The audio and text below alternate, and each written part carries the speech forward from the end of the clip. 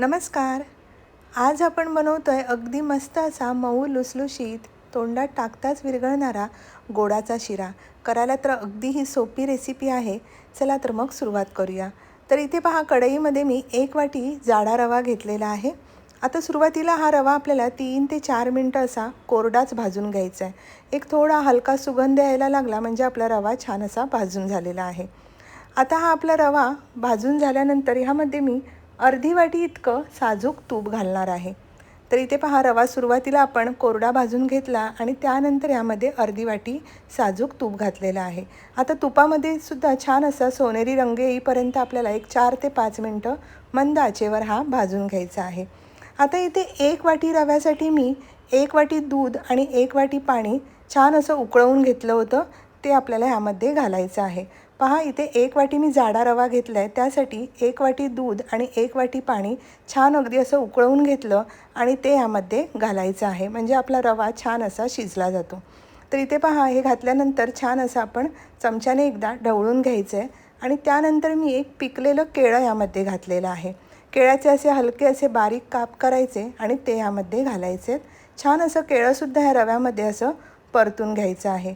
त्यानंतर यामध्ये 1 वाटी साखर घातलेली आहे. आता साखर तुम्हाला जशी हवी त्याप्रमाणे गोडीनुसार घालायची आहे. पण रवा म्हटला म्हणजे शिरा म्हटलं की तो गोडच हवा, तर 1 वाटी रव्यासाठी 1 वाटी साखर अगदी बरोबर आहे. साखरसुद्धा छान अशी मिक्स करून घेतली आणि त्यानंतर थोड्या दुधामध्ये 2 चमचे दुधामध्ये मी 4 ते 5 केशर काड्या अशा भिजत घातल्या होत्या, त्या यामध्ये घातल्या आहेत. त्यामुळे काय होतं, छान असा स्वाद येतो आणि रंगसुद्धा अगदी सुरेख येतो. छान असं चमच्याने एकदा परतून घेतलं. पहा, रंग अगदी मस्त आला आहे आणि त्यानंतर 2 मिनटं ह्यावर आपल्याला झाकण ठेवायचं आहे आणि एक वाफ काढायची आहे. आता 2 ते 3 मिनटानंतर मी झाकण काढलं आहे. त्यानंतर आपल्या आवडीचे यामध्ये ड्रायफ्रूट्स घालायचे आहेत. तर इथे मी थोडेसे बदाम आणि काजू घातलेत आणि एक पाव टीस्पून वेलची पूड घातलेली आहे. आता परत एकदा छान असं चमच्याने हलवून घेतलं. पहा, अगदी मस्त असा आपला हा शिरा झालेला आहे.